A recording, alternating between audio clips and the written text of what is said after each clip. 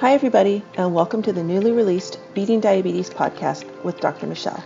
This year the podcast will be focusing on all things diabetes. And as your host, I'll be recording solo episodes which will cover some of the most common questions I'm asked as a physician, such as, what can I eat as a diabetic? How can I lose the extra weight that I've put on recently? Is it really possible to reverse type 2 diabetes? What can I do to prevent my children from getting diabetes since it runs in the family? And more. I will also be coaching patients and clients live on air and conducting interviews with other diabetic experts. For the first show, I am republishing one of my favorite interviews from season 1 with Max Szadek on empowering women to learn about diabetes. I hope you enjoy the show.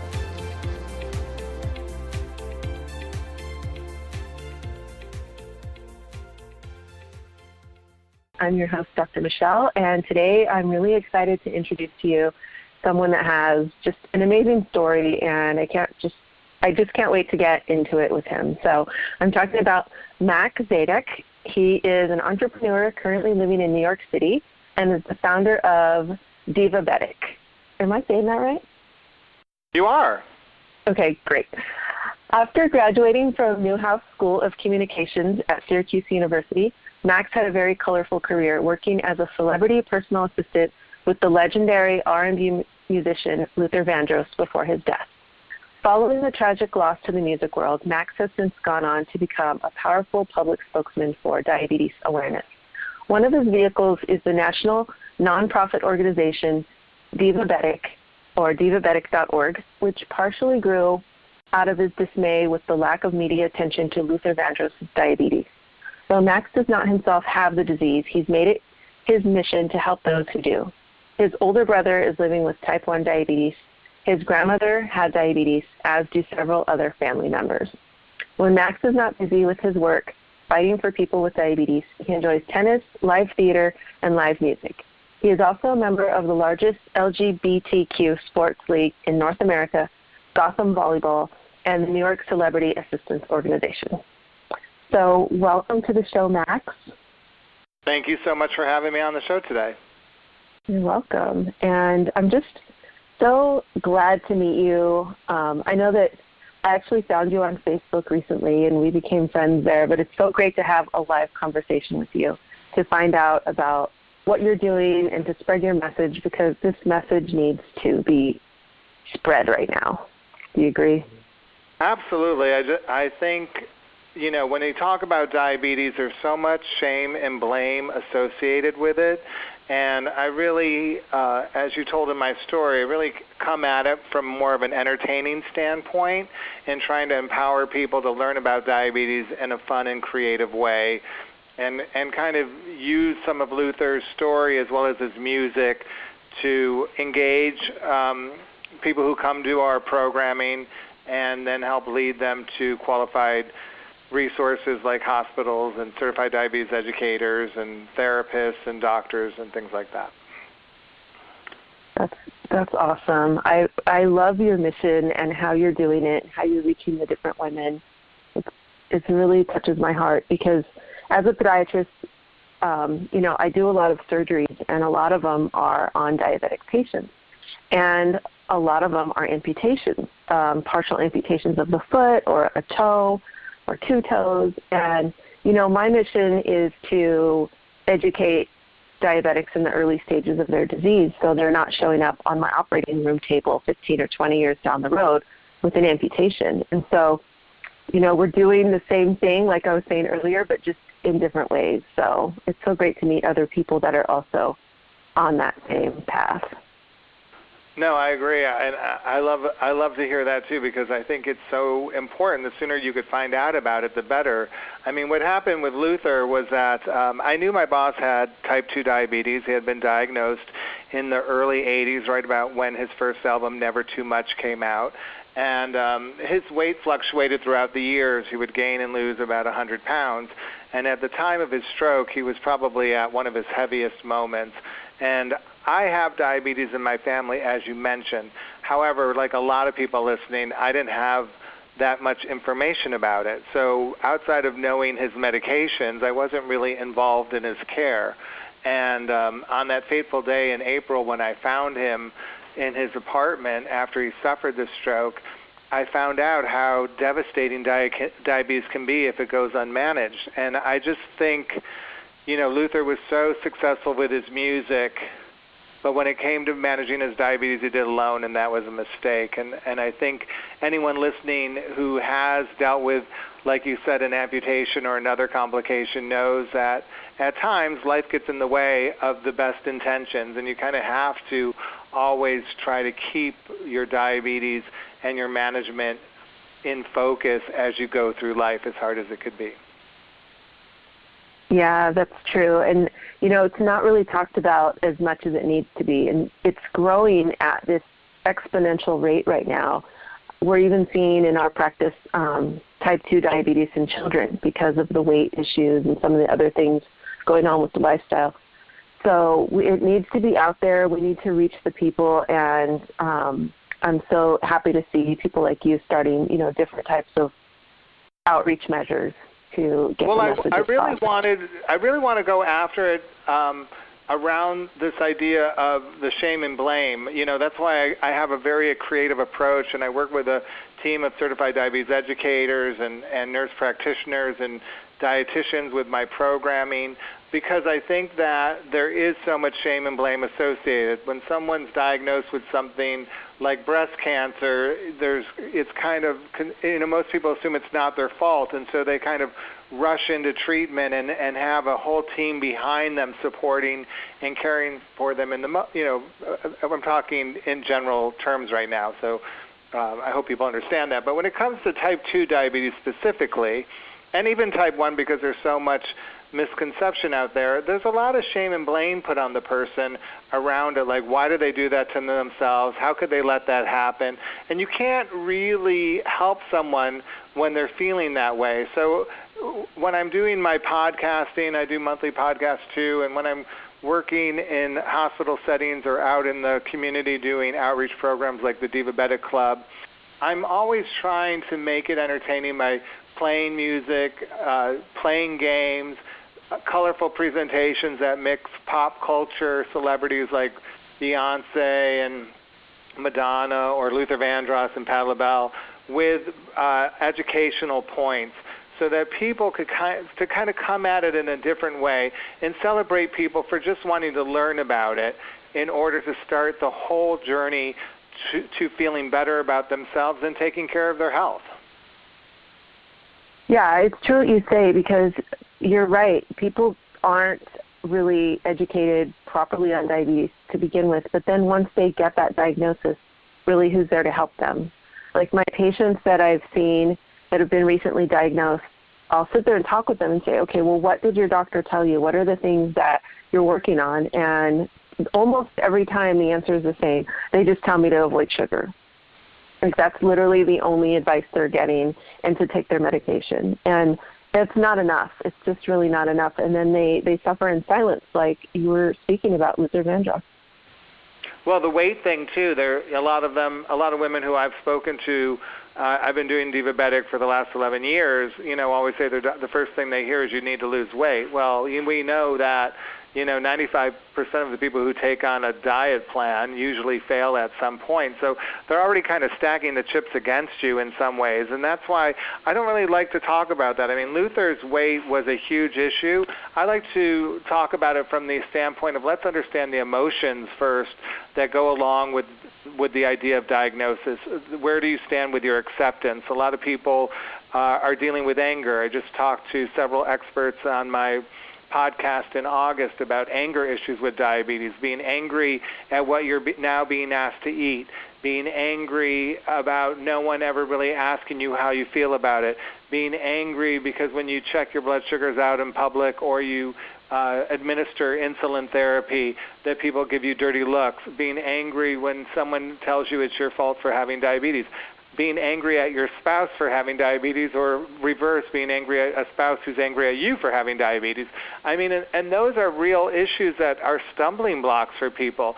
And so you have to kind of talk about that, and just what we're saying, it doesn't come into the conversation immediately. It sometimes never comes into the conversation because the minute someone hasn't lost the weight their doctors assume they should, or they do find themselves craving the sugar they should avoid, there's a sense of failure, and then there's nowhere to go. And around Luther, he he had just purchased a house on Fifth Avenue.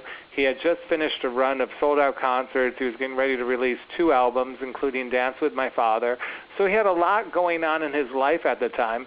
Plus, like I said earlier, he had gained the weight back, which always put him in a bad mood. And when you're at that point, you really don't want to take care of yourself, and that's where the real tragedy, as I'm sure you know, comes into play, where people really get into dangerous situations regarding their health. Yeah, that's true, and it's true that the emotions aren't talked about. It's even not talked about in their families. So it's so great to see, a place like what you've created, so that they can have that voice and start talking about that stuff. Well, I want people to feel better about themselves right now, so they can improve their health. Which means at any size, at any age, that I just want them to feel that they're not alone, and that they're fabulous, and together we could even get to another level of feeling better about yourself and taking care of your health. Because everything I do comes from the standpoint of being the non-educated person living with affected by diabetes. I mean, here I had so much diabetes in my family, and I didn't know anything about it when this happened to my boss. Now, had I been more proactive and been taught about it along the way, who knows what I could have done. But I had shame and blame around his stroke as much as I'm sure anyone has shame and blame around being diagnosed with diabetes. So, my real mission and where we come from the viewpoint of Divabetic, is really from someone who knows nothing, because I don't think there are any dumb questions. In allowing people to ask those questions, we're able to begin to move people through it and gain some knowledge to kind of put them at ease. And specifically when you're talking to women in general, no one's ever talking about blood sugars and menopause. No one's talking about blood sugars in pregnancy. No one's really talking to you about blood sugars and birth control, or just blood sugars and hormones in general. And a lot of times when we talk about that at a Divabetic program, either a live program at Thomas Jefferson University Hospital or on our monthly podcast, the call line lights up or the hands go up in the audience, and people have this look of relief on their face and want to kind of now discuss their issue, because this is something no one ever told them about. And it's made managing their diabetes complicated, and yet they've never found a solution because no one's ever kind of addressed the issue before. So could you talk us through one of those events? Like what goes on in the event, and how does someone find those events? And when they come to it for the first time, what can they really expect? Well, first they could go to our website, divabetic.org. That's diabetic with a V for Vandross, which makes it Diva, D-I-V-A-B-E-T-I-C. All our events are free, and our podcasts are free. Right now I do monthly programming at Thomas Jefferson University in Philadelphia. You can register for free on our website. And those programs go anywhere from 1 to 2 hours once a month. We always have a special guest in there. I usually kick off the program with a fun PowerPoint that talks about some of the hot topics in health, kind of like Wendy Williams, but with a health focus. And then we play a bunch of games to test everyone's diabetes IQ. I do a bunch of fun workouts, and we might have a special fitness person come in to kind of help me out to the latest songs. And then we go into our feature presentation, where we would have someone like you, Dr. Michele, coming in talking about how to avoid sexy shoe blues. And if you really want to wear heels, can you do that? And how do you look sexy on a night out if you're not able to wear heels? What are the options? Because a lot of, vanity plays a part in all of this too. And I think we're not doing anyone we're not helping anyone when we act like you don't want to look sexy too, so it's about being healthy and sexy at the same time. Now on my podcast, I kind of do the same thing where I always love to play games. I consider myself kind of the Bob Barker of diabetes, and so I always have games and give away prizes, and Luther was on Sony Music, so I have a partnership with Sony Music where I feature some of today's hottest music artists, their music, throughout our show when we do our podcast to make it fun and to use their words as inspiration, because I think music is such a motivator, not just for making you move, but sometimes the emotions and the ideas expressed in the lyrics could really change your mind about something. And I think that, that's also an inspiration for people. When they hear that song after a podcast, they know that we're there for them and that we want to support them. Oh, I love it. I would love to come to one of your events live and just get involved with your group. Yes, because I would make you go through the hottest shoes. I mean, everyone wants to know how to wear Jimmy Choo and avoid an amputation. So, that would be a critical issue we would talk about. Awesome. Oh, my gosh. And, I have a special love for Luther Vandross.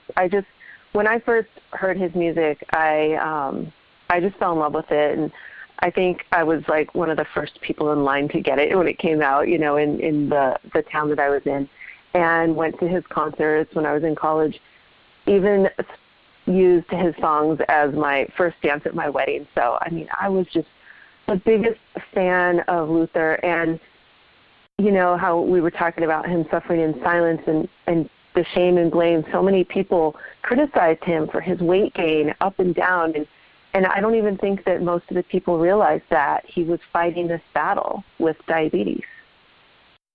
He really was. I was a huge fan before I started working for him too.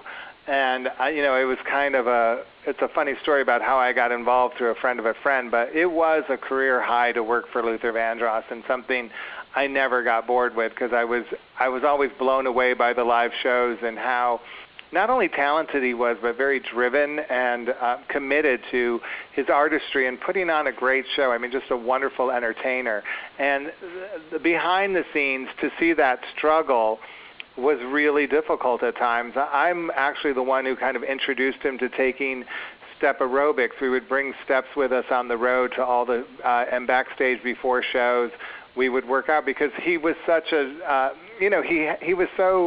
he loved to dance and he loved music, and we would find instructors who kind of choreographed routines on the steps, so it was kind of working out in a fun way for him that he really enjoyed it. And that was when he was probably his most successful with his weight loss, was during that period of time. But then, unfortunately, I just think the stress and what we now know more about the addiction of eating really played havoc with him, and it was just a real travesty at the end when he just gained the weight at the Radio City Music Hall. That's the album I'm talking about, the live album, and right after that is when he had the stroke before the release of Dance with My Father. It's so sad, and I know that in recent years, there have been other celebrities that have diabetes that have been a little bit more outspoken in the media about their diabetes. And I think that that's great, because at least it's not so in the closet like it was, with in Luther's case. So, but there's still so much more we can do. Well, that's so interesting, Dr. Michele, because these last couple months, I've been challenged by listeners, like, do the artists whose music we play have anything to do with diabetes? And more times than not, they don't. However, in the last couple months, we've lost one of the lead rappers for A Tribe Called Quest, Phife Dawg, and also the lead singer Prince B of the group PM Dawn. Both had diabetes. Both died at the age in their early 40s. Both had complications. Prince B of PM Dawn suffered multiple complications, including an amputation, as well as a stroke and kidney disease. And also Vaughn Harper and Doug Banks, who are two legendary R&B voices in R&B music for years. Vaughn Harper was the architect of The Quiet Storm, and Doug Banks hosted a syndicated radio show out of Chicago. Vaughn died in his early 60s, he also had diabetes, and he also suffered a stroke. And Doug Banks died in his mid-50s because of kidney disease.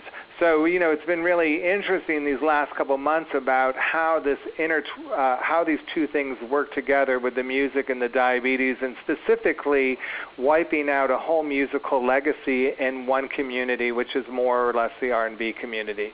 And I've just been kind of fascinated and also saddened by what's been going on and how relevant this idea of coupling music with education has been for us because of this. Yeah, it's so true. And, I personally also reach out to women of color, African American, and the Hispanic community because that's who I work with in my practice, being in Southern California. And I just posted an article back in June of Ruben Aguirre, a Mexican actor who was one of the co-stars of this, famous Mexican TV show, died in June from complications of his diabetes. And I posted that on my page, and, the message I wrote, let me just pull it up right here. I wrote, we have to get a handle on diabetes. And then, I was teaching a class on diabetes, and I posted this article, and I shared it on some of my Latina group pages because so many of us in our age group, we might not have it or might not have it yet, but our parents, our grandparents, our aunts and uncles, our cousins, are getting it, and we need to all be educated about it and find a way to spread this message. Well, and that goes back to what you said at the beginning about why did I get involved in Divabetic. It's about, when they reported that Luther had the stroke, they weren't linking it to diabetes, and I felt that was important information that had I known there was a link, I could have been looking out for something like that. And so it really bothered me that we weren't educating at that moment. And so, when these celebrity deaths are reported, I think it's so important to kind of tie it back to that in a way that people who are their fans could learn about it and protect themselves or keep their house a home, as we say with Luther, and really learn how to prevent a diabetes complication versus just hearing that famous person died and not understanding how it happened. And, when it comes to diabetes, a lot of people don't know how it relates to their kidneys or to their feet, why they would have an amputation, or their eyes, and why neuropathy would be involved. And so it's kind of, you have to take that information about the celebrity and then kind of break it down so people could begin to gain the knowledge that comes with that. That's what's so important to me. And because of Luther, I try to do it in an entertaining way. Like in September, we're going to be doing a diabetes mystery podcast because I think a lot of people watch CSI, a lot of people love Law and Order, a lot of people watch all these police shows and think of and see all these celebrity detectives, so to speak. And I think if you become a detective around your diabetes, that could be very helpful because a lot of times people don't understand why they're having a specific high or low, or even, like I just said, how their kidneys relate to diabetes. And by being a detective, we mean kind of looking for patterns, looking for the evidence, finding out, looking at clues as to why something happened, and then bringing all that information to the authorities, which would be your healthcare provider, and presenting it. 9 times out of 10, when a patient is that proactive, their whole healthcare team jumps forward with them and really gets on board, manages the care in a different and better way. It's that kind of health advocacy attitude that I think could really be transformational for a lot of people listening who are wondering how can they manage their care in a better way. It's like becoming that detective they watch on TV about their body. Yeah, I love it. I love the way you package that and make it so easy to understand in a world where right now it's not. And it's true that we do need a diabetes care team when someone gets diagnosed or when someone has it, because we have that, like you said, with cancer and with a lot of other diseases or diagnoses, but we don't have that with diabetes, and it's something that we should have had for a long time. So we need to really get on that in the healthcare system. And in our families, I think family members getting involved also goes a long way. Well, everyone's so celebrity savvy today. When I was in show business, in the dark ages, there was no camera backstage. It was always on stage. But today, because of reality TV, we all kind of know the comings and goings of our favorite celebrities. And, everyone listening out there probably has a favorite diva or celebrity dude that they love, and they all have an entourage helping them look and feel their best and perform at their best. And so that's why at Divabetic we always say create your own entourage, which you would be part of my entourage, because taking care of my feet only would help me put on a better show when I go to Philadelphia or I do my podcast. And so that's that diva attitude that I think people could really bring forward into their diabetes care.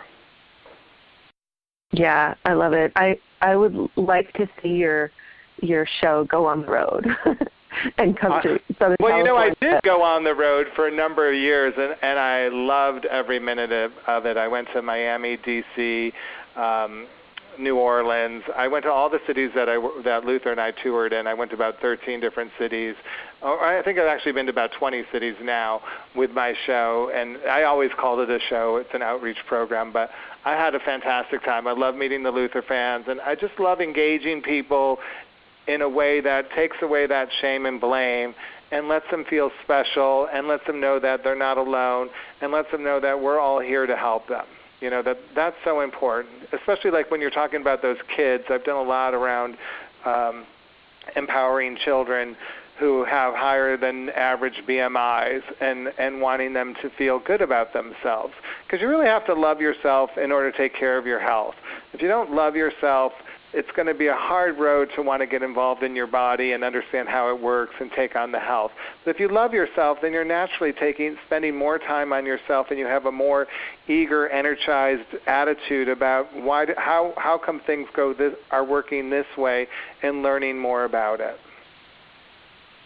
Yeah, that's so true. And even, everything about like your website is so positive, and even the way you describe your team, the cast members and everyone, there's no shame and blame at all, and I just love that. I'm sure that the women that find you and that find your website, it must just reach them in a different way.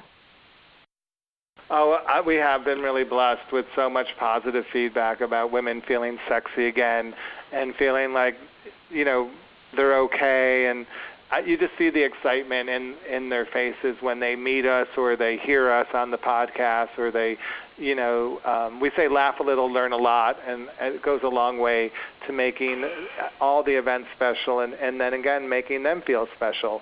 It's just it's an amazing legacy to have to work with Luther Vandross, and his shows were something that people traditionally dressed up to come to, and they knew they were going to be entertained. And so I've tried to carry that through with Divabetic, because it was a real difficult time for me when Luther had his stroke, and then I became his full-time caregiver for the next 2 years while he was trying to recover. And then in 2005, when he died, I decided to get involved in diabetes outreach, and that's what kind of was the catalyst for all this. And I can't forget all the glamour and excitement of my past life and who helped me get there, not only Luther, but all the fans. So it's been my gift to kind of go back out to the fans and thank them for making my dreams come true and allowing me to help them now so that they could keep their house as a home. And when they come together for your live events and they get to meet each other, I mean, I'm sure that's a whole nother level, too, of just joy and happiness, and you can see it on their faces in the pictures that you have of the women when they, come together. That must be such an amazing experience for you when you get to be there with them live. It is, and they get to see how sarcastic I am, too, and over the top. So, a lot of times it's just like a lot of laughter. Of course, on this show, when I talk about Luther, I get very serious. But in my normal life, I'm pretty silly and kind of crazy. So I have a good time, like, laughing with people and joking around on the shows and just trying to create fun conversations and have that. And it's always fun to meet a fan and hear how much they love Luther and share that memory. It's also, it's just, it's hard to put into words what a special relationship I have with them and how long we've all known each other now in this kind of capacity and to be able to do it and do it in a different way. I mean, like when we're going to do this mystery podcast in September, we're really challenging not only our audience to listen to an hour-long mystery theater podcast, but I'm challenging all my educators and people living with diabetes who are in our community who are going to be part of the cast to pretend like they're acting for the night and really kind of put on a show. And that's, it's fun on both sides of the table to get to do things like that and to make normal occasions special. And the thing about what happened with Luther is I suddenly realized when he was in ICU right after that stroke how all those moments in my life were so special. And so it's always trying to take another moment and make it special for someone else, because I know when you have a complication, like you mentioned amputation again, that's when you recall those memories and you lean on those good times to kind of help you push through and to keep going and to find that inner strength to want more out of life and to lift the level of your care and just sometimes to wake up and push on to the new day. And so you need to have someone kind of sparking something fun and exciting in your life to do that. And that's what I try to do. We used to have a lot of makeover services in our programs to make people feel better about themselves too. And I loved providing that, the makeup and the hairstyling and color analysis and image consulting and even, bra fittings, because I think those little boosts of confidence really help you boost your care. Yeah, and since it's a nonprofit, did you have a lot of partnerships with people that were donating those services to you at those events? Yes, I would work with local salons. I was really happy. I had a sponsorship through Novo Nordisk to put on the whole program.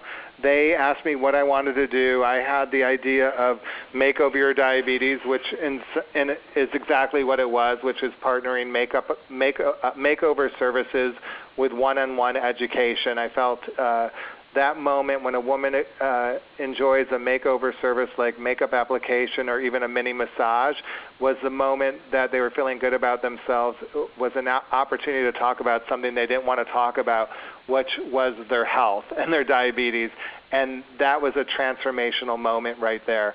And then from that moment, I took that conversation and went further, because we are a small nonprofit and we're a boutique operation. So I didn't want to really duplicate what was happening out there with the American Diabetes Association or even the JDRF or the Diabetes Institute. So I wanted to start having conversations around some of the topics, more provocative topics. So I started talking about intimacy issues and sexual dysfunction, and like I mentioned earlier about the hormones, and even to your point about amputation, talking about sexy shoes and footwear that people want, because we see them all the time in the stores. Everyone runs after that 5-inch heel. So how do you take taking a concept like that and marry it with the education of what you would bring to the table to make it appeal to people who have, that's their interest. That's talk to your audience. My audience likes to wear leopard. My audience likes to dress up. My audience likes weaves and extensions and, nails. So that's where we try to come in with it, is really to kind of meet them in the middle, right where they are. And I knew going into it that we had to come in big and a big show and really show them, come in on on the Luther Vandross level for them to believe it, and it was very successful. It was a really incredible run. And from that show, because I had so many conversations, I began to start doing the podcast and developing my own stage show, where I kind of married the idea of education with gaming and music and other things, and took that whole big show and put it more into a stage show that could travel to smaller cities and other places and still have the same amount of fun and education.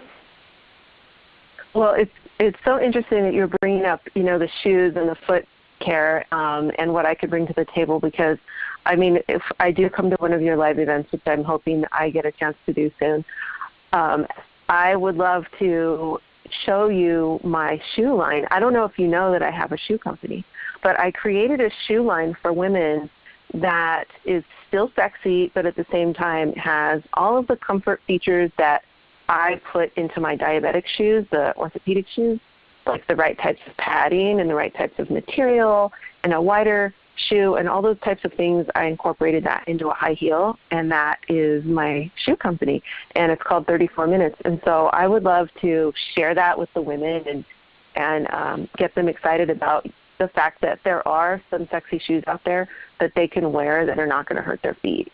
Well, you know what? You're going to have to come on our podcast in February when we play Which Shoe Do You Do, which was when we pull a favorite outfit off of a top celebrity, and we give someone 3 choices of shoes to wear with it, and they get to pick a shoe, and then you, Dr. Michele, would tell us which one was right for them, and then afterwards they could win a pair of your shoes, and everyone walks away looking fabulous and feeling good about themselves. Because if you were on my podcast right now, I'd say, you know what, it's summer out. Everyone, I live in New York City, everyone's either in a pair of flip-flops or open-toe shoes. What's a diva to do? Yeah. What would you tell them? Love it. Because I know a lot of women with diabetes right now want to go barefoot, want to go flip-flops. What should they do to help them stay healthy? I mean, that is a hard question. Yeah. Style does really interfere. Yeah, definitely. I would definitely show them some examples of shoes that are still open-toe because of the heat and, that they could wear that are still comfortable. So not flip-flops, but different types of open-toed shoes that they could wear with different types of outfits so that they can still have their fashion sense and at the same time they're comfortable and looking good. I love it. And another it's thing it's having that mirror too, that if for some reason you can't lift your foot to look at the bottom of your foot, to have that mirror that you could put your foot over so you could see the bottom of your foot in the mirror and make sure that there aren't any cuts or abrasions on your foot. I mean, to your point, I spoke to a comedian named Mike several months ago on my podcast he was a big tennis player, and he had cut his foot, and he never took care of it. He never noticed it, just kind of went on, and ultimately it led to an amputation. And so it's some of those things where, there's some real easy ways for people to make sure they're taking care of themselves without really having to change their lifestyle in a crazy manner. Like you're saying, like if you're really into shoes and you really want to be sexy, you're offering an opportunity for them to be able to do both. Stay healthy and look sexy. And that mirror on the floor is a great way for someone to be able to still, even if they're going to wear the shoe that we don't both agree they should, at least they could check their foot and make sure that they're not cutting it or doing there's nothing going on there could lead to something much more devastating.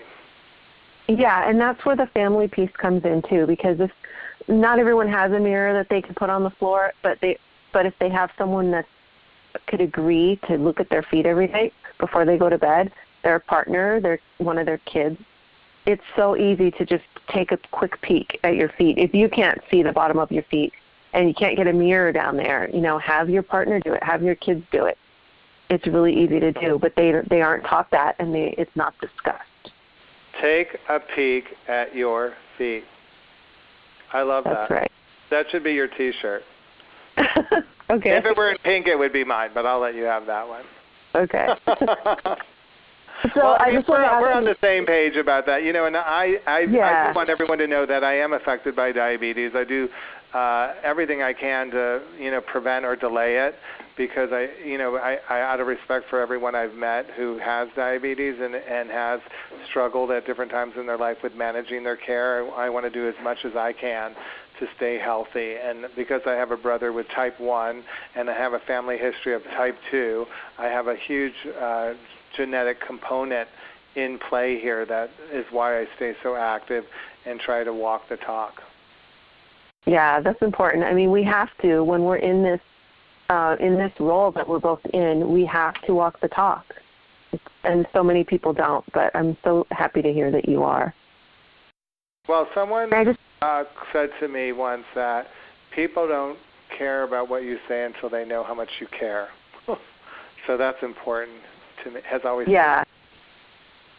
And, this wonderful community that you've created, are the women able to stay in touch with each other between your different events? Do they have meetups or Facebook groups or something where they can, stay involved with each other? They do that on the side, and we refer them to some of the peer-on-peer education that they want to do in that connection. And certainly in Philadelphia, that program's been going on for over 6 years. They all stay in touch, and when we ran it in Cleveland and West Palm Beach, as well as New York, they all stay in touch within those groups. Our team really focuses more on the programming and creating those special moments for people, and it's something we're slowly coming on board of kind of keeping everyone in touch, but more or less we're kind of, the Oprah magazine of diabetes, and with the podcast and things like that, we're always kind of working. I'm spending a lot of my time working on just the programming aspect of it. Like this year's podcast, our mystery podcast is loosely based on Sunset Boulevard. So for the last couple of weeks, I've been working nonstop trying to understand Norma Desmond and put it into the context of my diabetes mystery show. And I think it's going to be interesting to see that. But we have to do read-throughs, and there's a lot of work that goes on behind the scenes when we try to do something like that in order not to just make it fun for us, but to make it empowering for everybody listening as well. Awesome. I'm sure it's going to be amazing. So I'm really looking forward to that. And I know I've kept you on the line for a long time. So before we go, could you just let people know how to find out about you, your organization, and your different events, and maybe give your URL or other contact info? Absolutely. I mean, people are always welcome to go to our website, divabetic.org. That's D-I-V like Vandross, ABETIC.org. Or they could go to Facebook and look us up. We have the Facebook group Divabetic, where, just like you said, Dr. Michele, they could kind of go back and forth and talk to each other, or they could join our Divabetic fan page and get all the updates on that. Plus, I'm on Twitter as Mr. Divabetic, and Tumblr and Google+. And if they want to attend our free programming right now, we're going to kick off the fall programming at Thomas Jefferson University Hospital in Philadelphia starting Thursday, September 15th. Then in October, November, and December, we'll be running free programming there on the third Thursday of every month, plus one big spectacular with our Glamour Fearless fashion show in November that they could check out on our website in the calendar section. Or they could call Thomas Jefferson University Hospital and register through them and find out more about the Divabetic Club in Philly, which is led by Neva White, our Divabetic Club leader, who's a nurse practitioner, certified diabetes educator, who's just outstanding. Well, I think I need to be at that fashion show. Well, they got to wear shoes, so of course you should. Right. We should. We did. I know we're over time, but we did do our eyewear fashion show, which was fantastic this year. Earlier in May, we presented our eyeglasses for divas, and we showed everyone the best looks in eyewear because so many people, unfortunately, with diabetes deal with adult onset blindness. So it was really important to kind of show people proper eye care, and we had an ophthalmologist talking about how to treat your eyes if you're living with diabetes as well. I love it. Okay, you guys heard that. You have to check all this out on divabetic.org. And Max, I just want to thank you so much for coming on the show today and just educating us about what you're doing and your different programs that are out there. I think it's so amazing. So thank you. Thank you so much for having me on the show. And we'll be in touch. We'll have you back on our show too. Okay, sounds great.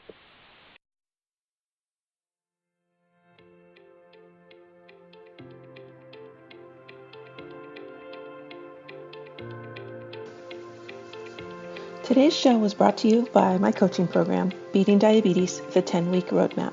For more information, head on over to my website, drmichele.com, and click on the Work With Me tab. All of the information is there about my group programs as well as one-on-one coaching. If you have questions about diabetes that you would like me to answer on air, you can email them to me. Just go to my website, drmichele.com/contact, to email your questions. And if you have questions you'd like to discuss with me over the phone, sign up for a free 20-minute coaching call at drmichele.com/schedule.